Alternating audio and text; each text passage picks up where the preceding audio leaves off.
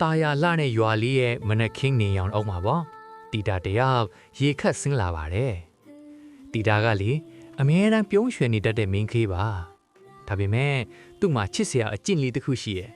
အဲ့ဒါကတော့ခဏခဏချေးချော်တတ်တာပါပဲတနေ့တော့ရေတွင်းသားကိုအရောက်မှာပေါ့မြေကြီးကနည်းနည်းစို့ထိုင်းနေတယ်လေ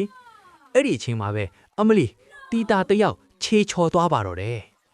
သူရွက်လာတဲ့ရေအိုးလေးကလည်းလေထဲကိုဘုံဆိုလွင့်ထွက်သွားပါလိတော့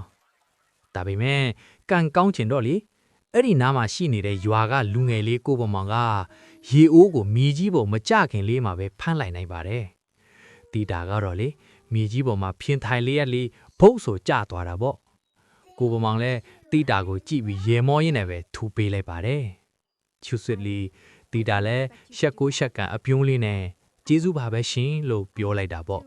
။အိမ်အပြန်လမ်းမှာတော့တီတာတယောက်နောက်တစ်ခါထပ်မချော်အောင်လို့တတိထားပြီးရှောင်သွားရတော့တာပေါ့။ဘာပဲဖြစ်ဖြစ်လေ